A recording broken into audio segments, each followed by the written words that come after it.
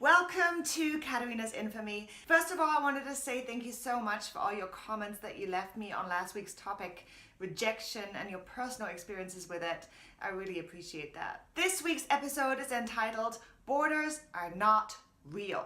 So we just had Donald Trump's State of the Union address, and one big topic here, and one that's always really been a big topic, is that of immigration. Now, I'm an immigrant myself. We all know that. I have my green card, I paid my money, and that's democracy. Because of that, I often get asked, well, you having gone through all of that and taken all those legal steps, don't you get even more pissed when people come here and kind of try to take a shortcut? And I say, no, I'm not pissed at all, because that doesn't actually affect my life. And I don't know these people's individual circumstances that drives them to these measures.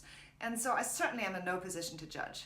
And if we are approaching this from a philosophical or moral standpoint, none of this really matters, because the fact is, borders are not real. Let me try and say that a different way. Actually, no, I'm just going to say it again. Borders are not real. There are no invisible lines in the ground. Borders only exist because they have traditionally been fought for and won under extreme violence, and sometimes, as is the case with the United States of America, through a good portion of evil trickery. Just go back a few hundred years and ask the Native Americans.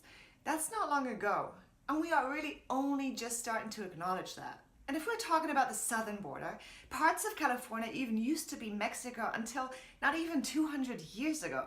So newsflash, this is not your country. Just because you were lucky enough to be born here doesn't give you the moral high ground of somebody else who wants to come in and try their luck. If you want to hear an example of how random nationality is, I have a good one. Me. Now, I was born in Germany, but my parents are from the UK, so I was able to choose whether I wanted to be British or German. Now, I chose British, but I could have just as easily have ended up with a German passport. And it's interesting, I tend to joke, but it's true. In Germany, if you ask a person where they're from, they will tell you where they live. In England, they will tell you their hometown.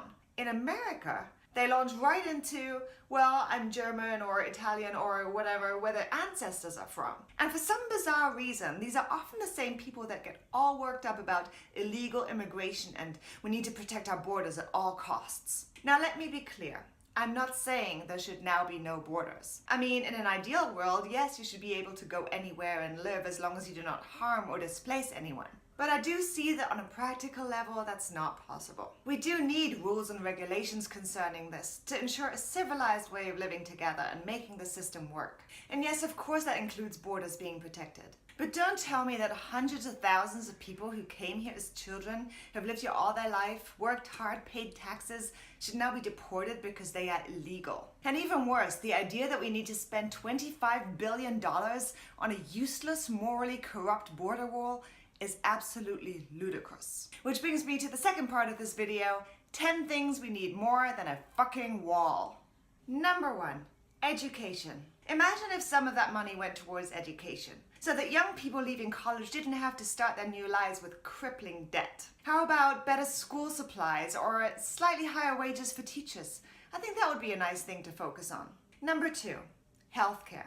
The fact that having an unfortunate accident or sickness can be an extreme financial burden or even lead to bankruptcy seems to me a pretty obvious priority. Apparently we can't afford cheaper healthcare, but we can afford to build a wall. In this context, also, I would like to say how much I'm horrified that they are still trying to defund Planned Parenthood, apparently because of the abortion issue. Well, don't they understand that Planned Parenthood prevents way more abortions than they perform through providing birth control and consultations? Not to mention all the amazing work they do in terms of sexual health, pap smears, STD checks, etc. This is not just a women's health issue. Planned Parenthood is a huge asset to society as a whole. Number 3, better roads. I live in California. The amount of potholes I encounter on a daily basis are extraordinary. Number 4, a hole in the head.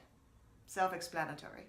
Number 5, a higher minimum wage. Certainly this might not be directly connected to the government spending issue, but is in my mind still a very important goal. It boggles my mind that despite the rate of inflation every year, the question of whether or not the minimum wage should go up is even a debate at all. Number 6, a good relationship with Mexico. At least that would be nice, wouldn't it?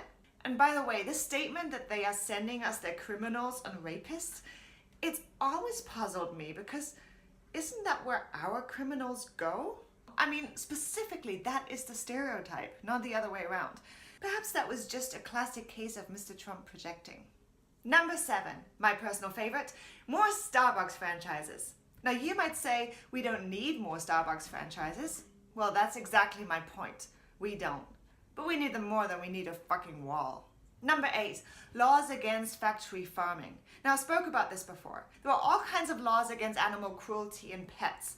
But when it comes to chickens, pigs, cows, or anything that might taste good in a sandwich, I guess we have a different idea. And that is unconscionable. Not to mention, remember the California drought? Turns out factory farming is one of the leading causes of water expenditure. But this was never addressed. We were just told to not take long showers. Again, this is not necessarily connected to government spending, perhaps more the opposite. And that is maybe why that particular problem still exists. Number 9, homeless shelters and programs. We have a huge homeless problem here. Huge. There are tent cities everywhere. And connected with that, we could perhaps look into some of the causes of homelessness, which leads me to number 10, mental health and substance abuse programs. There is still so much stigma around mental health and substance abuse that often the affected individuals will not seek out help or be properly treated, or quite often just can't afford it. I think this would be an extremely beneficial thing to focus on. Now to sum up, when it comes to government spending, so basically our taxes, a lot of people say to me, I don't want to pay for somebody else's healthcare, why should I? Or they should just work harder to better themselves, we shouldn't need to hold their hand. But what I think is important to understand is the ripple effect. Poor health, poverty, substance abuse, all of these things can lead to crime, to violence, to desperate actions by desperate people. Now I understand it won't be possible to rid ourselves of them completely, but wouldn't it be nice to work towards a healthier, happier society rather than overflowing prisons? I'd pay for that, much rather than I want to pay for a fucking wall. What are your thoughts on this? Let me know, please, in the comments below. Email me, info@katarinasinfamy.com, or tweet me at katarinasinfamy, #katarinasinfamy. And one more final thought. Is this wall really going to be designed to keep other people out? Or is it going to be there to keep us in? Another one of these next week. Please subscribe to my channel to be notified when the next video comes out. Thanks for watching, and I hope to see you all again soon.